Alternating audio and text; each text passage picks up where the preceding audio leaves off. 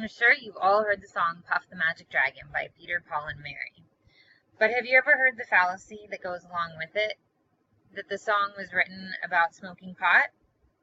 Well, according to the website Snopes, a website solely designated to fact-checking, this is incorrect information. And was actually a poem written by Leonard Lipton at 19 years old about the loss of childhood innocence.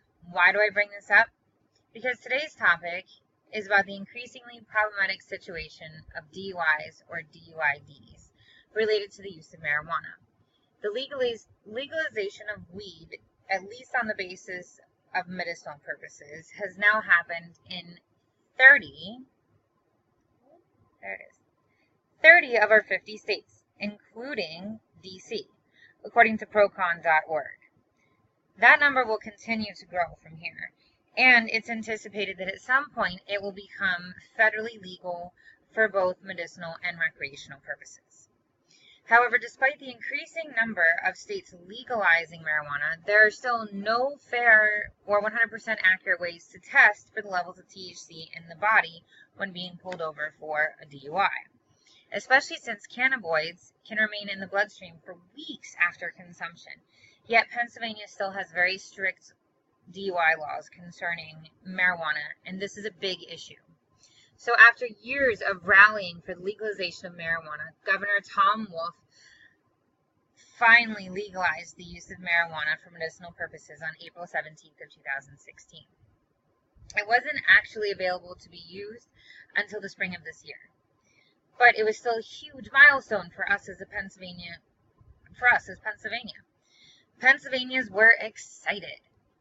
I myself was one of them because I am a big supporter on all of the great effects that marijuana can give and benefits that it has for people in general. There's so many different things that you can use it for. Then we found out that extremely constricting list of reasons why you could obtain it, and it was originally put into place that you couldn't even use flower or bud forms of the plants, and could only use it as pills, oils, creams, or things of that nature. But according to the Marijuana Policy Project, in May of this year, this regulation was revised to allow for whole flowers or buds to be used as long as they are still being vaped. You can use your vape options.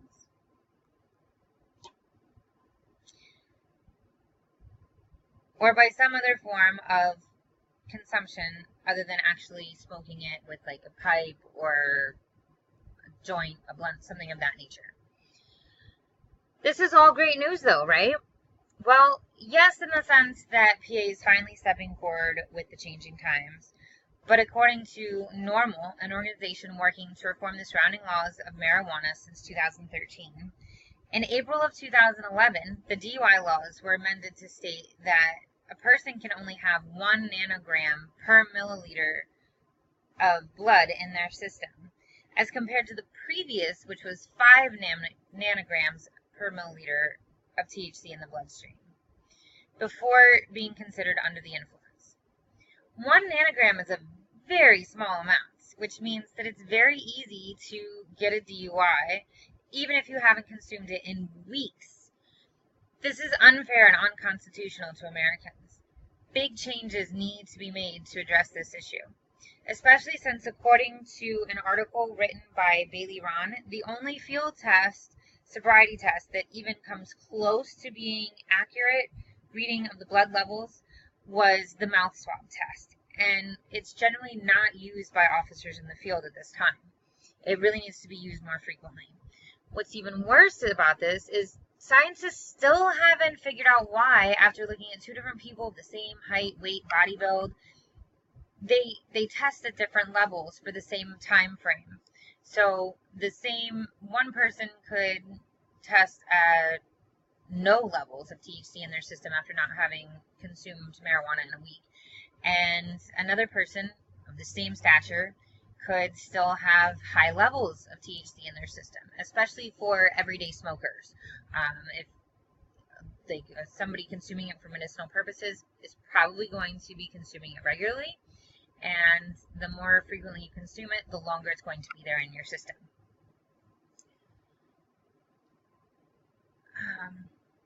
So how can we accurately create a test to test for such a substance? Scientists are still trying to figure that out. They have not done that yet, but research is still being conducted regularly. These are some of the reasons why we as Americans and Pennsylvanians need to fight for our rights by continuing to fight for fair DUI laws surrounding marijuana. Because what's the use of legalizing it if it can get you sent to jail even weeks after consuming it? How do the lawmakers plan to handle this? Change needs to occur. There's no question about that. Now, what do I ask of you in all of this?